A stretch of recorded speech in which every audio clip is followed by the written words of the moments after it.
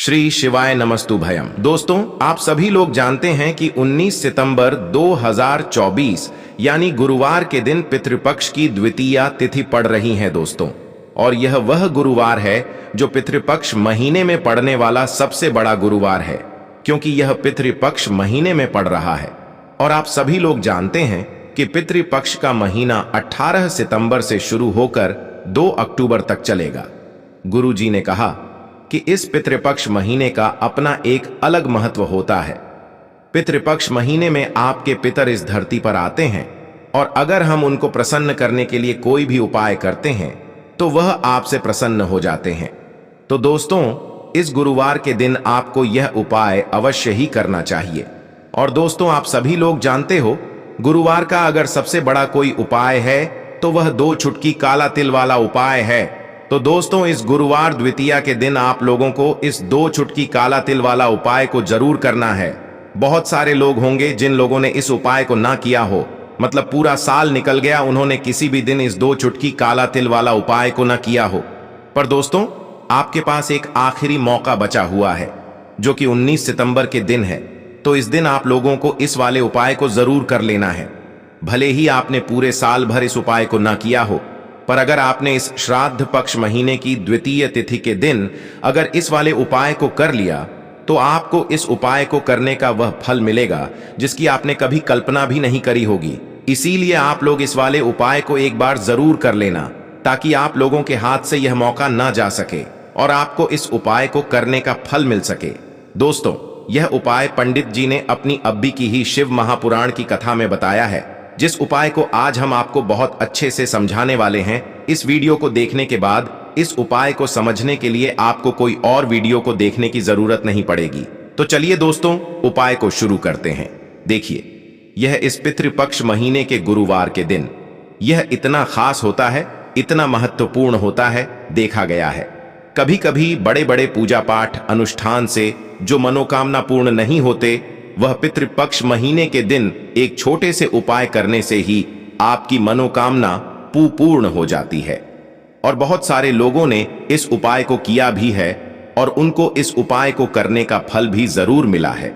अगर आप लोग भी इस उपाय को करना चाहते हैं तो आप इस उपाय को पहले अच्छे से समझ लेना, सुन लेना, उसके बाद करना। आपको इस उपाय का फल जरूर मिलेगा। और इस उपाय को कर लेने से आपके घर में चाहे किसी भी प्रकार की दुख और समस्या क्यों ना चल रही हो, आपको उसका कारण भी नहीं पता है कि भाई यह समस्या किस कारण से चल रही है। उसका कुछ भी कारण हो सकता है, जैसे पितृदोष हो सकता है या किसी भी तरह का मंगल दोष भी हो सकता है। तो इस दिन आप लोगों को एक चुटकी काला तिल वाला उपाय कर लेना है। यह एक ऐसा उपाय है जिस उपाय को अगर किसी विशेष दिन पर किया जाए तो भाई उस विशेष दिन का जो है वह तो हमें मिलता ही मिलता है। पर हमने उस दिन पर इस 2 चुटकी काला तिल वाला उपाय को किया है तो हमें उससे भी बड़ा फल मिलता है, और फल बहुत जल्दी मिलता है, क्योंकि आप इस उपाय को बहुत ही बड़े और विशेष दिन पर कर रहे हो। तो चलिए अब उपाय के बारे में बात करते हैं। लेकिन उससे पहले आप लोगों को यह जानना आवश्यक है कि आखिर यह उपाय किस समय करना है, किसको करना है और कैसे करना है। तो चलिए हम आगे आपको वीडियो में एक एक करके बता देते हैं। लेकिन उससे पहले अगर आप लोग हमारे चैनल पर नए हैं तो हमारे चैनल को सब्सक्राइब कर लेना और इस वीडियो को लाइक करके कमेंट बॉक्स में श्री शिवाय नमस्तुभ्यम ओम नम शिवाय जरूर टाइप कर देना। तो दोस्तों, इस 2 चुटकी काला तिल वाला उपाय को हमें इस गुरुवार द्वितीया के दिन कैसे करना है, किसको करना है, किस समय करना है और कहां पर करना है, यह सारे सवालों के जवाब आपको इस वीडियो में मिल जाएंगे। और जो यह वीडियो देखेगा भाई, उसको 2 चुटकी काला तिल वाला उपाय जरूर करना चाहिए, क्योंकि इस दिन काला तिल का भी बहुत ही बड़ा और विशेष महत्व होता है। और जब बात आ जाए 2 चुटकी काला तिल वाला उपाय की, तो यह सोने पे सुहागा वाली बात हो जाती है और यह एक बहुत ही बड़ा उपाय हो जाता है इस गुरुवार द्वितीया का। तो अब दोस्तों, इस 2 चुटकी काला तिल वाला उपाय को आखिर करना किसको है, सबसे पहले हम लोग वह बात जान लेते हैं। तो देखो, घर की जो बड़ी माताएं बहनें होती हैं, उन माताओं बहनों में से कोई भी एक बड़ी माता बहन इस वाले उपाय को कर सकती है। और दोस्तों, अगर आप चाहें तो अपने घर में से सभी सदस्यों को भी इस उपाय को करवा सकते हैं। अगर किसी व्यक्ति की खुद की कोई मनोकामना है, खुद की कोई दुख और परेशानी है जो कि वह अपने लिए ही करना चाहता है, इस वाले उपाय को तो वह खुद अपने लिए भी कर सकता है। बाकी अगर कोई घर में से ऐसा है जो कि अपने पूरे घर परिवार की सुख और शांति के लिए यह वाला उपाय करना चाहता है, तो भाई वह भी कर सकता है, उसमें भी कोई दिक्कत वाली बात नहीं है। कहने का मतलब यह है कि इस उपाय को हर एक सदस्य भी कर सकता है और पूरे घर परिवार के सदस्य के लिए घर की बड़ी माताओं बहनों में से कोई एक माता बहन भी कर सकती है। माताएं बहनें अगर घर में उपस्थित ना हो या वह यह वाला उपाय ना कर पा रही हो, तो फिर घर का कोई बड़ा सदस्य भी इस 2 चुटकी काला तिल वाला उपाय को कर सकता है, चाहे फिर वह पुरुष ही क्यों ना हो, उसमें कोई भी दिक्कत वाली बात नहीं है। उसके बाद में दोस्तों जो अगला प्रश्न निकल कर आता है वह यह आता है इस उपाय को लेकर कि आखिर इस उपाय को हमें किस समय करना है, सुबह के समय करना है कि शाम के समय करना है। तो देखो, इस वाले उपाय को आप लोग सुबह के समय भी कर सकते हो और शाम के समय प्रदोष काल में भी कर सकते हो। अब अगर आप पूछो कि भाई साहब सबसे उत्तम समय कौन सा रहेगा इस 2 चुटकी काला तिल वाला उपाय को करने का, तो हम आपसे बस यही कहेंगे कि इस उपाय को आप सुबह के समय करेंगे तो ज्यादा बेहतर होगा। बाकी अगर शाम के समय भी करेंगे तो भी अच्छा होगा, उसमें कोई भी दिक्कत वाली बात नहीं है। तो अब दोस्तों जो अगली सबसे बड़ी और महत्वपूर्ण बात आती है वह यह आती है कि सुबह अगर हम उपाय को करेंगे तो हमें कितने बजे से ले कितने बजे तक के बीच में करना है, और शाम के समय प्रदोष काल में करेंगे तो हमें कितने बजे से लेकर कितने बजे के बीच में करना है। तो देखो, सुबह जितनी जल्दी हो सके आप उपाय को करने की कोशिश करना। बाकी अगर किसी कारणवश लेट भी हो जाओ, थोड़ी देर भी हो जाए, तो 10 या 11 बजे तक भी आप उपाय कर लेना, पर 12 बजे से ज्यादा देरी ना हो, ठीक है? इस बात का ध्यान रखना। उसके बाद में दोस्तों अगर शाम के समय प्रदोष काल की बात करें, प्रदोष काल का जो समय होता है वह शाम के 6 बजे से शुरू हो जाता है। मतलब शाम के 6 बजे से लेकर 7 बजे के बीच का जो समय होता है यह समय प्रदोष काल का समय होता है। पर अब इस उपाय को 7 या 8 बजे के बीच में भी कर सकते हो। मतलब शाम के 6 बजे से रात 8 बजे के बीच में आप कभी भी इस वाले उपाय को कर सकते हो, उसमें कोई भी दिक्कत वाली बात नहीं है। परंतु गुरुवार के दिन कोशिश करना कि समय के अंतर्गत ही कर लो। किसी कारणवश ना कर पाओ तो थोड़ा देरी से भी कर सकते हो, आपको उपाय का फल जरूर मिलेगा। अब यह जो पितृपक्ष के दिन होते हैं, इन दिनों में जब आप यह उपाय करेंगे जो हम आपको बताने वाले हैं, गौ माता से जुड़ा हुआ उपाय है। देखिए, गौ माता के अंदर हमारे पितरों का ही वास माना जाता है। गौ माता हो गई, कुत्ते हो गए, है ना, पेड़ों में बरगद का पेड़ हो गया, पीपल का पेड़ हो गया, इन सभी में हमारे पितरों का वास माना जाता है। पक्षियों में कौवा हो गया जिसके अंदर हमारे पितरों का वास माना जाता है। तो ऐसा समझ लीजिए कि जब भी जीवन में दुख बढ़ जाए, कष्ट बढ़ जाए, धन को लेकर आप परेशान रहने लगे, कर्जे जैसी समस्याएं जीवन में बढ़ रही हैं, आपके घर में संतान को लेकर बहुत दुख है, आप अपने घर के लड़ाई झगड़े से परेशान रहते हैं, घर में कोई ना कोई झगड़ा करता ही रहता है, आप सोच सोच कर परेशान रहते हैं कि कैसे घर में शांति आएगी, कैसे घर में सुख समृद्धि आएगी। अब ये समझ लीजिए कि अगर घर में लगातार झगड़ा लड़ाई यह चीजें आपको देखने को मिल रही हैं, घर में आपके कोई भी व्यक्ति सुखी नहीं है, कर्जा घर में लोगों के सर पे है, तो पितृ आपके कहीं ना कहीं नाराज हैं। देखिए, पितृ दोष जब घर में होता है ना, तो ऐसा नहीं कि आपको देखने से पितृ दोष दिखेगा, इसका आप अंदाजा लगा सकते हैं घर में होने वाली घटनाओं से। जैसे कि खाना आप खाते हैं या घर का कोई भी सदस्य खाना खाता है, अगर उस खाने में कहीं ना कहीं बाल निकलता है ना, या वह खाना गिर जाता है खाते खाते, तब भी आपके घर में पितृ दोष है, यानी पितृ आपके नाराज हैं।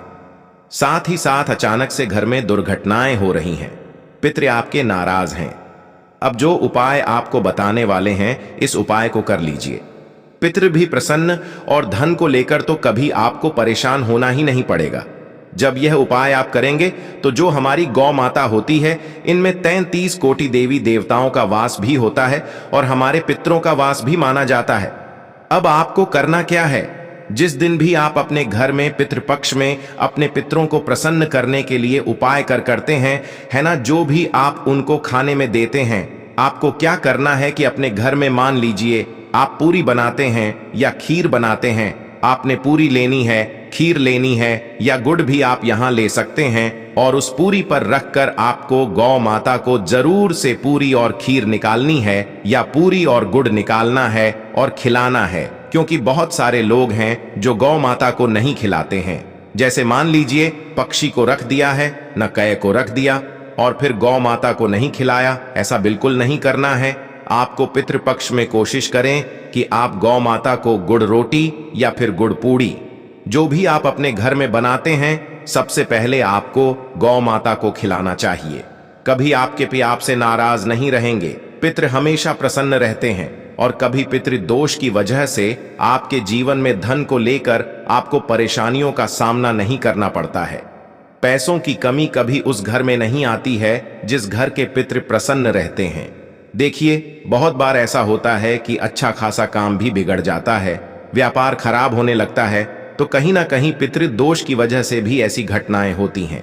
इसलिए कोशिश करें कि इस बार चाहे एक बार ये उपाय आप करें, अगर ज्यादा बार कर लेते हैं तब तो बहुत उत्तम है। जितने ज्यादा दिन आप पितृपक्ष में ये उपाय करेंगे कि गौ माता को गुड़ रोटी या गुड़ पूड़ी खिलाएंगे या फिर हरी घास खिला देते हैं, तो ऐसा समझ लीजिए कि पितृ इतने प्रसन्न हो जाएंगे कि कभी जीवन में दुखों को आने नहीं देंगे। तो हमेशा प्रयास करें कि आप गौ माता से जुड़ा हुआ यह उपाय जरूर करें।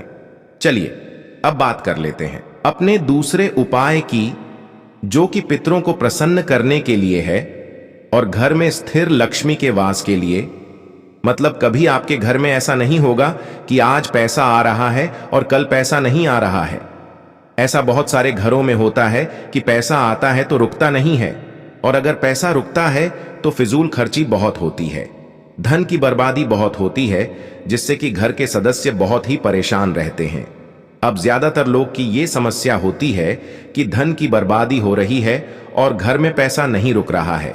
अगर आपके साथ भी ऐसा है तो बिल्कुल से आपको यह दूसरा उपाय सुनना चाहिए और इसे पितृपक्ष में जरूर करना चाहिए। देखिए, आपको यहां पर क्या करना है कि काला तिल लेना है। काला तिल पितरों को सबसे प्रिय होता है।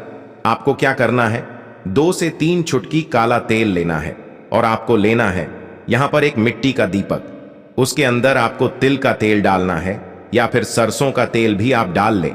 अगर आपके पास तिल का तेल ना हो तो इसी के अंदर आपको 2 से 3 चुटकी काला तेल डालना है। और यह दीपक आपको कहां लगाना है? यह दीपक आपको लगाना है अपने घर के मुख्य द्वार पर।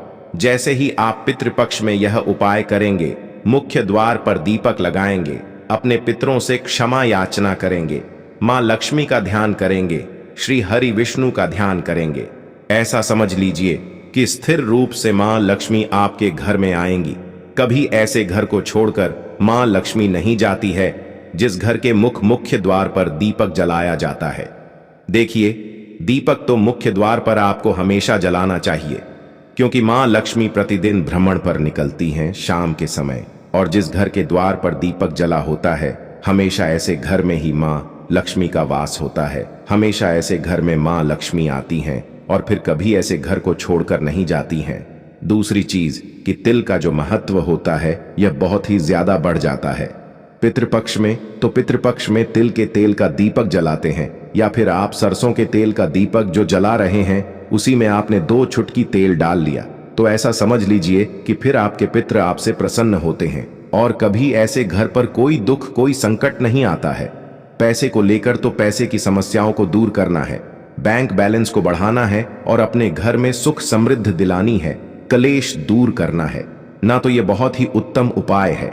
पितृपक्ष में जितने ज्यादा दिन ये उपाय कर लेंगे ना, उतना बहुत ही ज्यादा, ऐसा समझ लीजिए कि लाभ ही लाभ आपको यह उपाय देगा। चलिए अब बात कर लेते हैं अपने तीसरे उपाय की। जो लोग कहते हैं कि भाग्य ही साथ नहीं देता, जीवन में दुख ही दुख लिखे हैं, हर तरफ से जीवन में दुख आ रहे हैं, कष्ट आ रहे हैं, पैसों की समस्या आ रही है, घर में बीमारियां प्रवेश कर रही हैं, घर का लड़ाई झगड़ा बंद नहीं हो रहा है ना, बैंक बैलेंस नहीं बढ़ रहा है, कारोबार बिल्कुल चल नहीं रहा है, तो सारी तरह की समस्याएं आपके जीवन से दूर करते हैं महादेव, जो कि देवों के भी देव हैं। अब महादेव अगर किसी को आशीर्वाद दे दे और इनकी कृपा जिसको मिल जाए उसके जीवन में कभी कोई संकट आने ही नहीं देते हैं। अब आपको बता दें कि जो उपाय आपको बताने वाले हैं, पितृ भी प्रसन्न हो जाएंगे। कुंडली में अगर कोई दोष है, कोई वास्तु दोष है, वह भी दूर हो जाएगा और महादेव ऐसा आशीर्वाद आपको देंगे कि जीवन में कभी कोई संकट, कोई दुख नहीं आएगा। सबसे बड़ी बात, अगर काम आपका बिगड़ता है, कोई भी काम करने जाते हैं बार बार बिगड़ जाता है, तब तो यह उपाय आपको जरूर से करना चाहिए। 2 चुटकी काला तेल लेना है, 1 लोटा जल लेना है, अपने घर का ही जल लेना है। बस यह चीज ध्यान रखें, 2 चुटकी काला तिल डालेंगे और यह लोटा या जो भी पात्र आपने लिया है, अपने घर से जल जिसमें भरा है, 2 चुटकी तिल डालकर महादेव की शिवलिंग पर आपको यह जल अर्पित करना है। अब यह उपाय जो व्यक्ति पितृपक्ष में करता है, उसकी कुंडली में अगर कोई दोष है वो दूर हो जाता है, भाग्य में दुख लिखे हैं वो दूर हो जाते हैं, कोई मनोकामना पूरी नहीं हो रही है, मनोकामना पूरी हो जाती है।